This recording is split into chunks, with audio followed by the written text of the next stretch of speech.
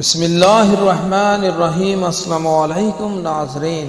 امام مسجد صاحب روزگار کے لیے برطانیہ کے شہر لندن پہنچے تو روزانہ گھر سے مسجد جانے کے لیے باس پر سوار ہونا ان کا معمول بن گیا۔ لندن پہنچنے کے ہفتے بعد لگے بندے وقت اور ایک ہی روٹ پر بسوں میں سفر کرتے ہوئے کئی بار ایسا ہوا کہ باس بھی وہی ہوتی تھی اور باس کا ڈرائیور بھی وہی ہوتا تھا۔ ایک مرتبہ یہ امام صاحب باس پر سوار ہوئے ڈرائیور کو کرایہ دیا اور باقی کے پیسے لے کر ایک نشست پر جا کر بیٹھ گئے۔ ڈرائیور کے دیے ہوئے باقی کے پیسے جیب میں ڈالنے سے قبل دیکھے تو پتہ چلا کہ 20 پینس زیادہ آ گئے ہیں۔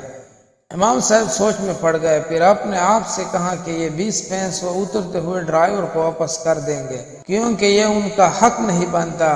پھر ایک سوچ یہ بھی آئی کہ بھول جاؤ ان تھوڑے سے پیسوں کو، اتنے تھوڑے سے پیسے کی کون پرواہ کرتا ہے۔ ٹرانسپورٹ کمپنی ان بسوں کی کمائی سے لاکھوں پاؤنڈ کماتی بھی تو ہے، ان تھوڑے سے پیسوں سے ان کی کمائی میں کیا فرق پڑتا ہے، اور ان پیسوں کو اللہ کی طرف سے انعام سمجھ کر جیب میں ڈالتا ہوں اور چپ ہی رہتا ہوں۔ بس امام صاحب کے مطلوبہ سٹاپ پر رکی تو امام صاحب نے اترنے سے پہلے ڈرائیور کو 20 پینس واپس کرتے ہوئے کہا، یہ لیجئے 20 پینس، لگتا ہے آپ نے غلطی سے مجھے زیادہ دے دی ہے۔ ڈرائیور نے 20 پینس واپس لیتے ہوئے مسکرا کر امام صاحب سے پوچھا، کیا آپ اس علاقے کی مسجد کے نائب امام ہیں؟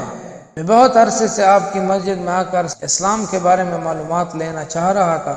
یہ 20 پینس میں نے جان بوجھ کر تمہیں زیادہ دیے تھے تاکہ تمہارا اس معمولی رقم کے بارے میں رویہ پرکھ سکوں۔ اور امام صاحب جیسے ہی 20 باس سے نیچے اترا، انہیں ایسا لگا جیسے ان کی ٹھانگوں سے جان نکل گئی ہے۔ گرنے سے بچنے کے لیے ایک کھمبے کا سہارا لیا، آسمان کی طرف منہ اٹھا کر روتے ہوئے دعا کی، یا اللہ مجھے معاف کر دینا، میں ابھی اسلام کو 20 پینس میں بیچنے لگا تھا۔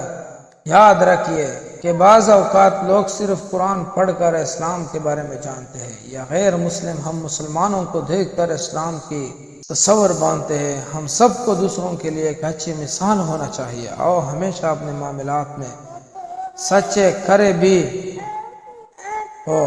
سب دوستوں سے گزارش ہے کہ اچھے واقعات حکایات کے لیے چینل کو ضرور سبسکرائب کریں۔